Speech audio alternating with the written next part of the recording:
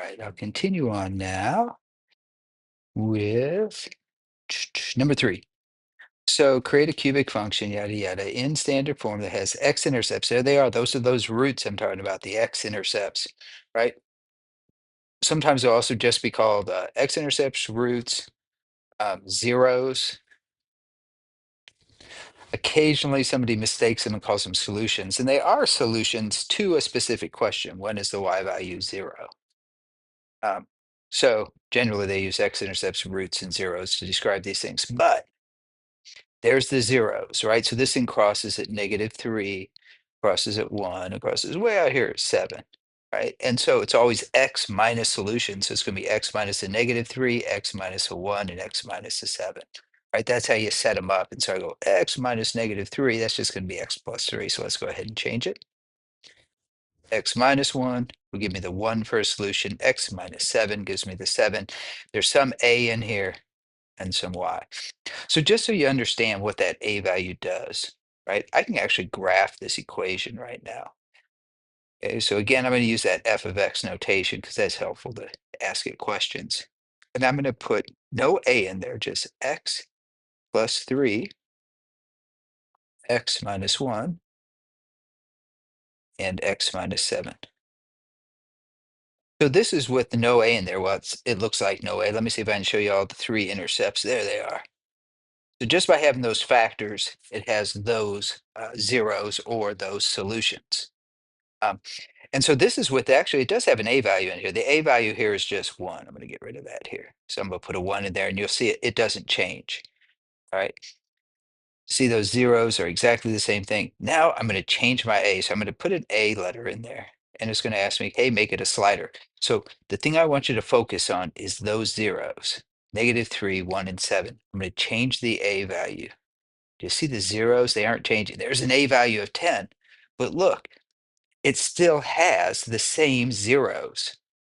So the a value does not affect its zeros. That's why we can just write it and say, hey, these are the factors. But I just don't know how much it is stretched by. And that's what the a does. I must lower the a. You see it unstretching. It's getting lower and lower and lower. The bottom one, if you can see it, is getting shorter and shorter and shorter. So the a controls its stretch and whether it gets flipped over or not. So we want one that has the perfect a value so that it goes through -254. Okay, I could even write a little the function notation here. F of -2. Let's see what my f of -2 is right now. Oh, it's 32.4. I need it to be a 54. Oh, there it was. There's my a value. My a is 2. Okay, now let's prove it mathematically. You can see now I've chosen a is 2. And now the f of -2 is 54.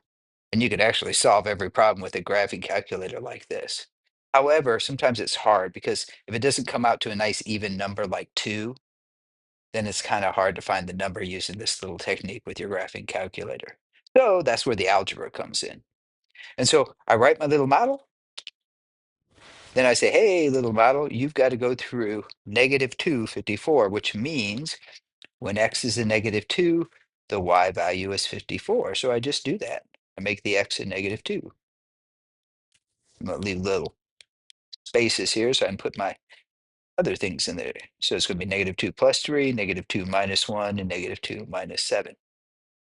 And what you want to do is figure out all of these values inside first. Do what's in parentheses first, and do all your multiplications because that's what that all is. So it's 1 times -3 times -9, which is 27. And I divide by 27. And lo and behold, A is 2, right? Divide by 27. 27 goes into 54 two times. Um, let's go ahead and write our equation now. Y equals A is now 2, and it's got these factors so that it still goes through these. Right? Now it's a +2 lead coefficient. I don't know how far your teacher's having to go with these things, but I'll go ahead and multiply them out. So you leave the 2, and now you get a choice here. Do you want to multiply x plus 3 times x plus x minus 1 first? Do you want to multiply these two first? You get your choice of which pair. Um, what I like to do is generally multiply my last pair together first. And I'm going to kind of cheat and make this quicker. X squared, this is negative 7x. This distribution is negative 1x, so that adds up to a negative 8x altogether. And then my last distribution, 1 times 7. They're both negative, so I get a positive. So there's my first distribution, or double distribution. All righty. Now I'm just going to, I'm checking my list here real quick to make sure I had no students show up that I have to go talk to. I don't think so. All righty. So let me finish this guy out. Next thing I gotta do is distribute the x plus 3 to all these. So here comes the x. I'm going to take x times every one of those. Now, when you do long ones like this, I've got the 2 sitting out front. And now I'm going to do my x times x squared, x cubed. My x times negative 8x, negative 8x squared. My x all the way down there times the 7, plus 7x.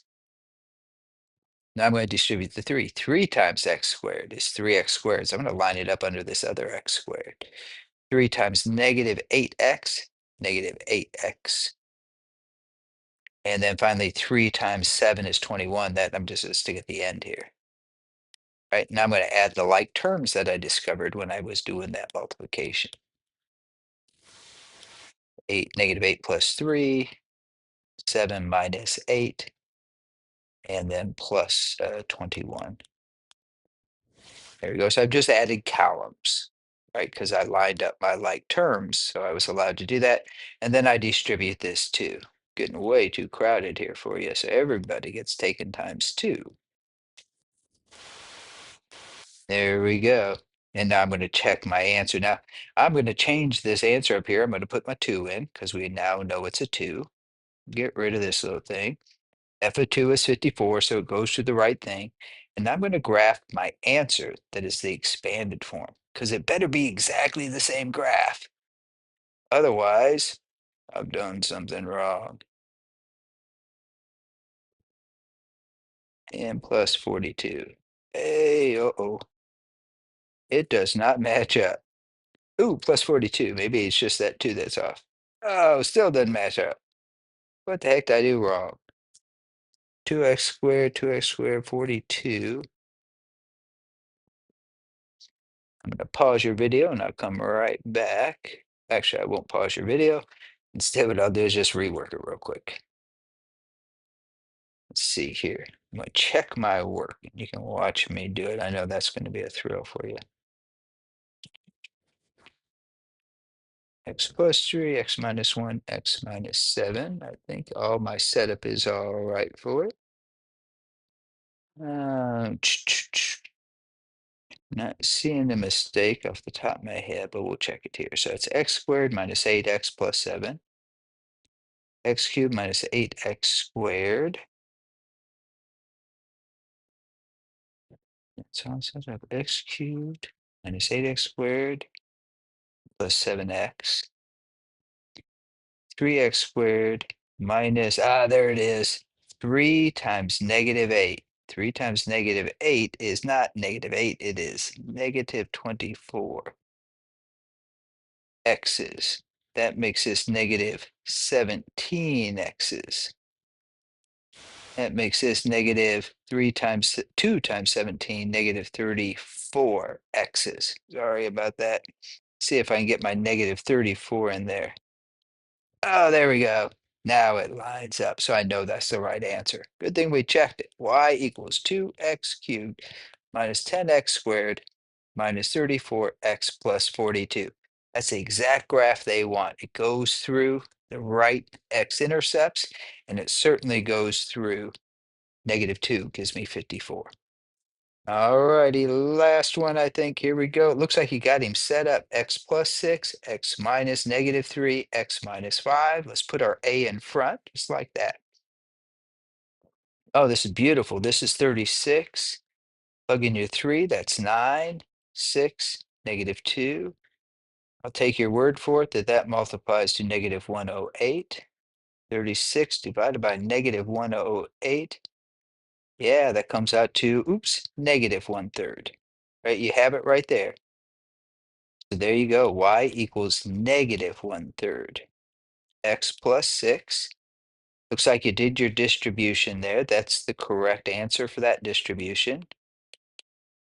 I think you did this one just perfectly. I think you just dropped that little negative sign at the beginning. Let's finish it out here. See, yeah, you had it all set up there. You just needed a negative. I'm going to distribute this x now, right? So let's see if I can do it right this time. X times x squared, x times 2x, x times negative 15. Now we take 6 times everything. I'm going to stack this one also.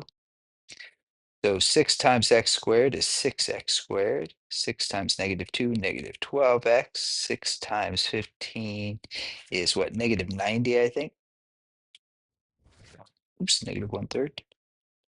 So I got x cubed, 4x squareds, minus 27x is just adding that column, minus 90. And let's take everything times negative 1/3. Right, I'm just putting a 4 under everybody because the top just gets multiplied by a 1. Oops, plus 90. This would be plus, there we go. Right, I'm getting negative times negative and times negative, so this become positives. And let's simplify. So assuming my math is right here, that should be your answer. Now, you do have to graph it, right? Again, I would check this. Check my work, please, for me on your calculator if you can. Graph that thing on Desmos.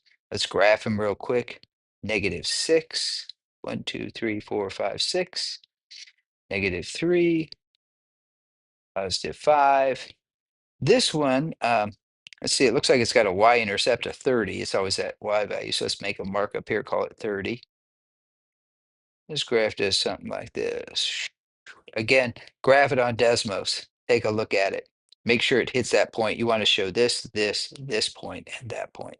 I may have forgotten to graph it up here. I did get my final answer. It has a y-intercept of 42. So there's 50, 42, somewhere around here. This one has a positive lead coefficient, so it does something like this. All right, I'll let you kind of work out the details for that graph, but that should do it for you.